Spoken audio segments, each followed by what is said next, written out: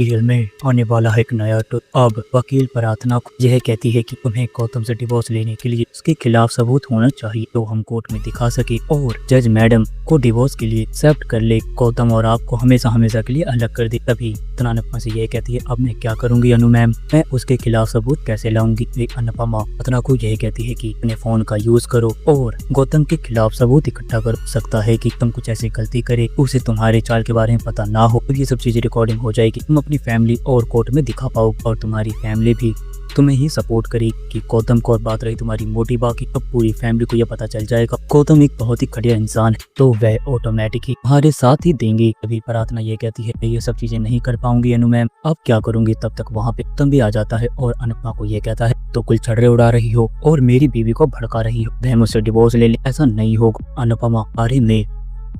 प्रार्थना को बनाने के लिए कहती है जिसके कारण न समझ जाती है कि मुझे वीडियो बनानी है और अनुपमा उनको भड़काने लगती है और यह कहती है कि जैसे लोग घटिया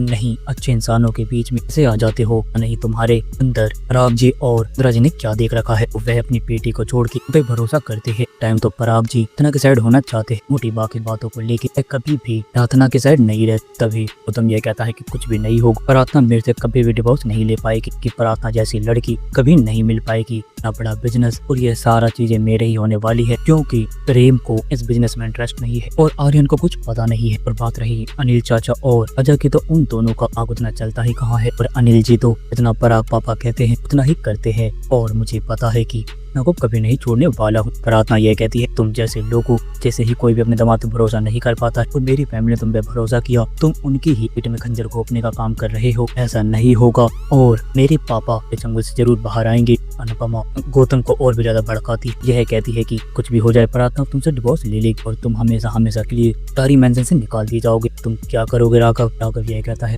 कि जोशी आपको क्या लगता है इस खेल का कच्चा खिलाड़ी, ऐसा नहीं हो, प्रार्थना की जिंदगी पूरी तरह से नर्क कर दूं और मैं इसे मारू पीटू या इसे कहीं फेंक दूं तो क्या ही फर्क पड़ता है, आप मेरी फैमिली मैटर से दूर रहे, वरना सब बिल्कुल भी अच्छा नहीं होगा। आतम सारी बातों को क्योंकि उसे पता ही नहीं होता है कि प्रार्थना वीडियो बना रही है, प्रार्थना के कैमरे में ये चीजें कैप्चर हो जाती है और प्रार्थना को यह कहता है अब तुम्हें पता चलेगा प्रार्थना ने कितनी बड़ी गलती करी है, एक बार मेरे साथ बेंगलुरु चलो, उसके बाद में तुम्हारी चमड़ी उधेड़ के दर दूं और तुम्हें पता चलेगा कि मेरे खिलाफ जाने का गलत अंजाम होता है, तुम्हें हमेशा हमेशा के लिए साथ ही रहना होगा, तुम कुछ भी कर लो। अनुपमा जोशी के कारण तुम्हारे अंदर हिम्मत आई है, तुम कुछ भी नहीं उखाड़ पाओगी और तुम मेरे साथ ही रहोगी। अनुपमा ये कहती है वो तो वक्त ही बताएगा, तुम्हें पराग